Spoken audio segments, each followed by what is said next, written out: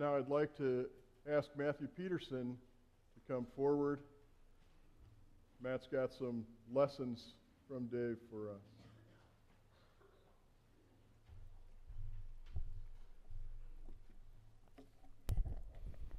Dave hates this.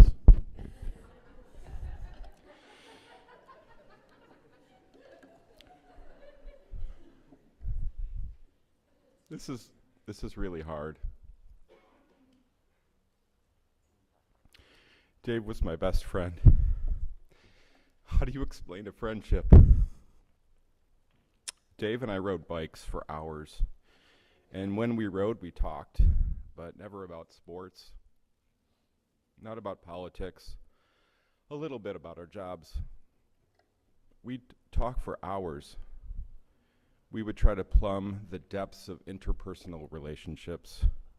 Two half-blind men trying to see better. We shared our hopes and dreams and love for our kids. We shared the bafflement, frustration, heartbreak, elation, and profound joy we found in our interactions with the women in our lives. We shared so many, many secrets.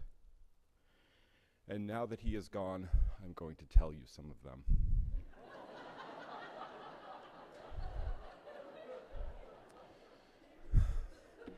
No, I won't.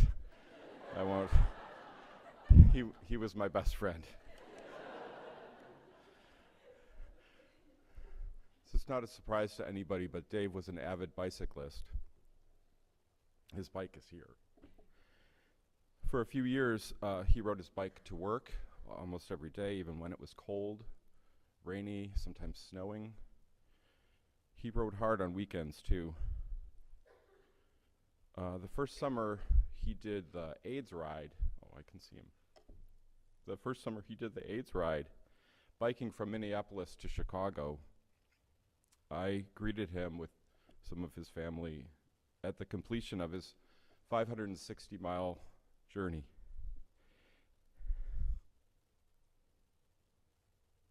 And I cried when I spotted him riding with hundreds of other people.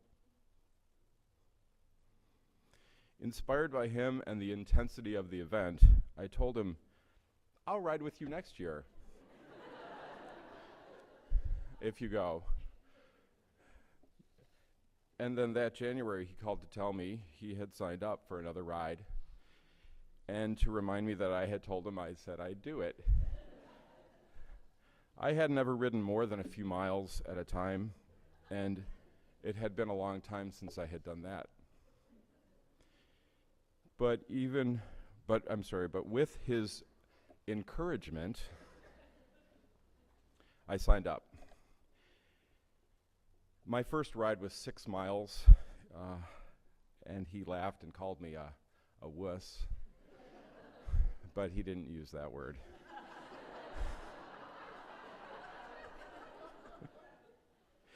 As I got in better condition, I upgraded to those pedals with clips, the shoes with clips. And the first day I had the clips, Dave and I rode 40 miles, and I fell 6 times. That day, as I tried to unclip, or forgot that I had clips, each time I fell, Dave laughed harder than he had the time before. It hurt a little, but it wasn't too bad. He was such an inspiration.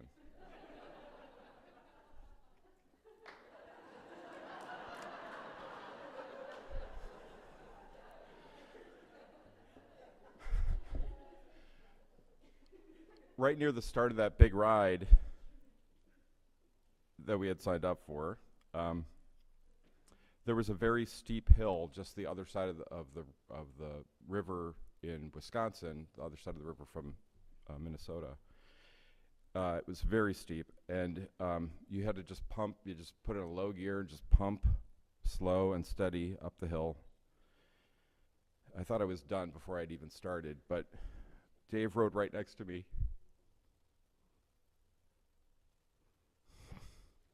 Boosting my confidence and cheering me on. We'd go for hours at a time, stopping at the rest areas for sports drinks, bananas, and Cliff Bars. At night, we'd crash exhausted in campsites with 1,100 other riders and get up in the morning and do it again. We camped in towns called Waterloo, Partyville, and Watertown. In Watertown, it stormed one of those big, huge thunderstorms, just downpour, and all of our tents were under inches of water. And in the middle of the night, there were 1,100 people who tried to sleep in a high school gymnasium, shivering under noisy Mylar blankets. Everything was soaked through. Instead of being drenched in Watertown, we wished we had gotten stuck in Partyville.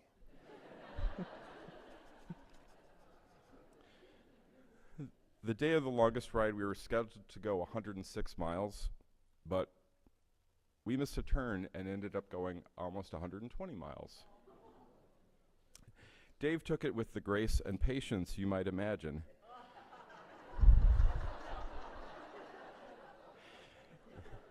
If you imagine him a gracious and patient man. He was neither that day, not that day, or the day he got a flat, or when we had to wait in line at the bicycle butt balm distribution center,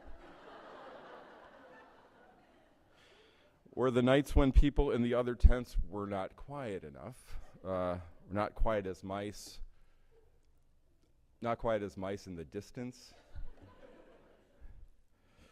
I spent a week in a tent with that guy, and I have nothing but profound respect for Laura after that.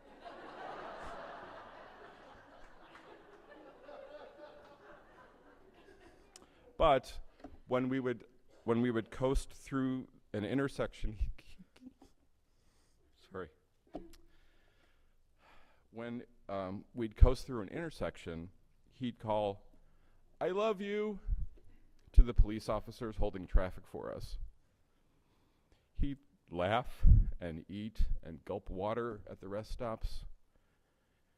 At the end of the ride on Chicago's lakefront, we held our bikes high over our heads and cried and cheered.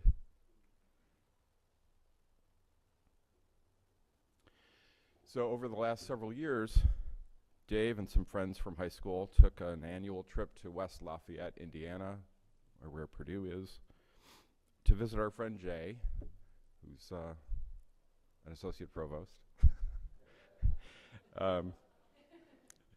Watch Big Ten football and laugh.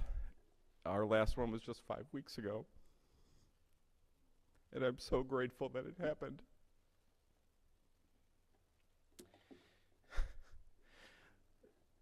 We love these weekends of laughter because they restored and renewed and deepened our friendships. We needed them too to get in touch with our inner adolescent boys. Not that they were ever really that far away, but so the pattern of the weekend was this: statement. That's what she said. Uncontrolled laughter. Statement, question, statement. That's what she said. All weekend long. And it was funny every time. Every time. I miss Dave, and when I think of him, I smile, if sometimes through tears. And I can hear his laugh and see his smiling eyes. I know you guys can too.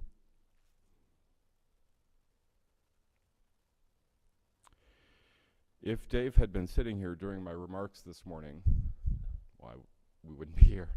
But he would have leaned over to Jay or Scott or Kurt or Daryl or Tom and said, "That's what she said."